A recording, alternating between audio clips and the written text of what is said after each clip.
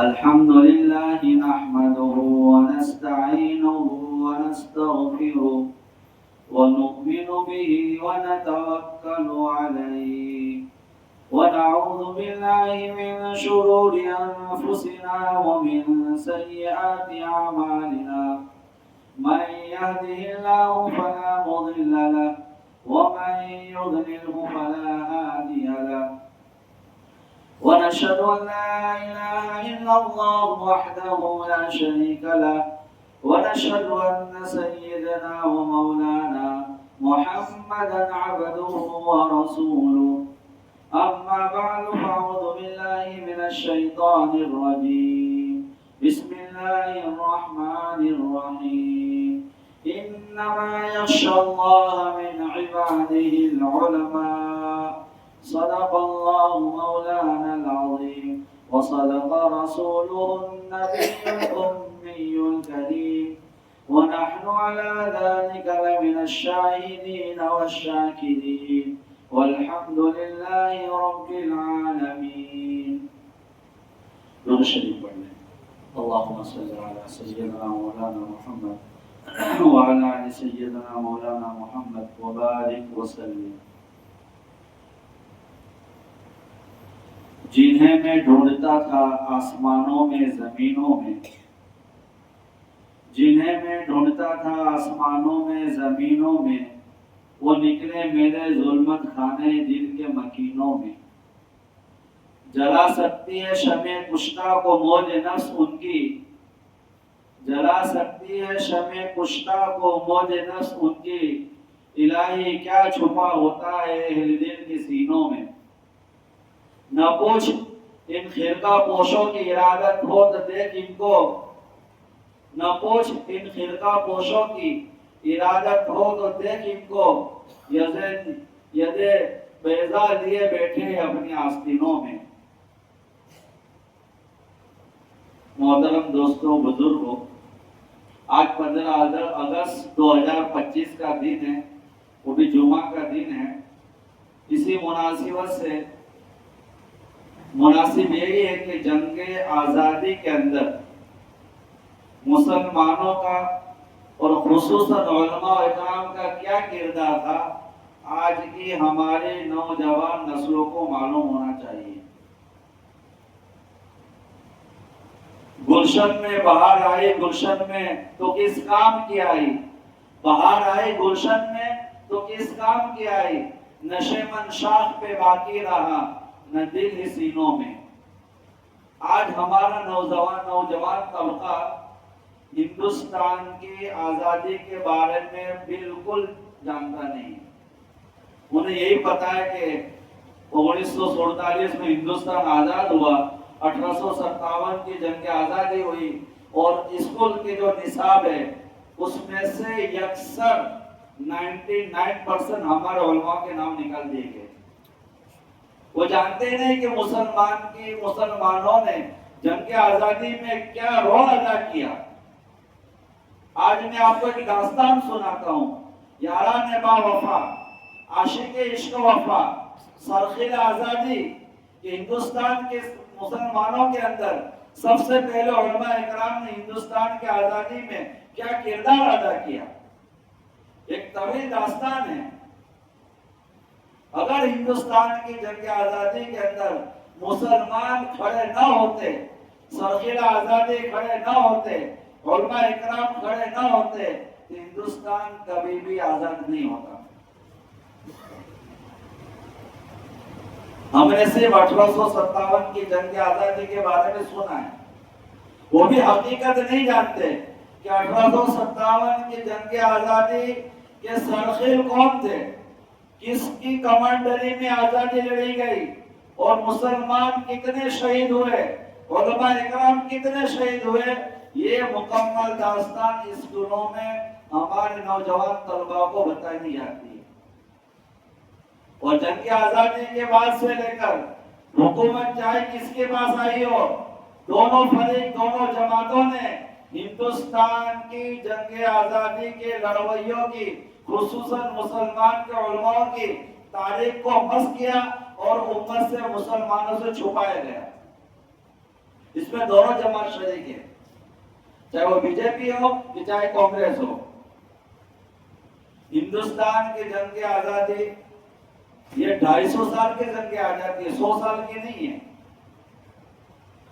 East India company کے نام سے جب انگریزوں نے ہندوستان کی مقدس سرزمین پر قدم رکھا، اپنی شاکرانہ عیارانہ چالوں سے یہاں کے مالک بن بیٹھے، ہندوستان کے مسلمانوں پہ ظلم ستم ڈھایا گیا، مسلمانوں کا ہندوستانیوں کا خون ان کے پسینوں سے ارزا ہونے لگا، ہندوستان کے مسلمانوں کو، ہندوستان کے لوگوں کو طرح طرح کے ظلم ستم کے پہاڑ توڑے لگے، تو سب سے پہلے عالم بغاوت جو بیان کرنے والا تھا وہ امام جلیل، رئیس الاولیاء، فخر چمن، ناجش وطن، شاہ عبدالعزیز محدث دہلی رحمۃ اللہ علیہ، یہ وہ مرد مجاہد ہے جنہوں نے 1803 کے اندر سب سے پہلے ہندوستان کو انگریزوں سے بچانے کے لیے سب سے پہلا جو فتویٰ دیا تھا شاہ محدث دہلی رحمۃ اللہ علیہ۔ ہمارے نوجوان نہیں جانتے ان کا فتویٰ کیا تھا۔ جگہ جگہ پر آزادی کے شعلے بھڑکنے لگے، آزادی کے پرچم لہرانے لگے، نوجوانوں کے اندر ولولہ بڑھنے لگا، ان کے حوصلوں نے انگڑائی لینا شروع کی اور جگہ جگہ پر آزادی کے شعلے بھڑکنے لگے۔ اور اس وقت سے ہندوستان کے مسلمانوں نے، خصوصاً علماء اکرام نے یہ طے کیا کہ ان فرنگیوں سے ہندوستان کو آزاد کرانا پڑے گا۔ اس سے اور پہلے جائیے، 1754 بنگال کے اندر سراج الدولہ کا جو نانا تھا، کیونکہ ایسٹ انڈیا کمپنی پہلے بنگال میں ہوئی تھی، وہیں سے انہوں نے اپنے پیروں کو جمانا شروع کیا، تو علی وردی خان جو سراج الدولہ کا نانا تھا، اس نے بھاپ لیا کہ یہ حکومت کے اندر دخل اندازی کرتے ہیں، تو 1754 کے اندر سراج الدولہ کے نانا علی وردی خان کے ساتھ انگریزوں کی جنگ ہوئی، اور ہندوستان کی یہ پہلی جنگ ہے کہ جس میں علی وردی خان نے انگریزوں کو ہرا دیا تھا۔ تاریخ ہم جانتے ہی نہیں۔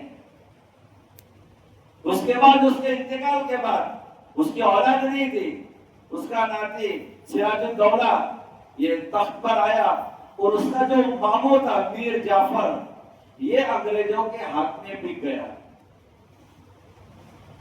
انگریزوں کی پہلے سے تھی کہ بھاگنا پڑو اور حکومت کرو۔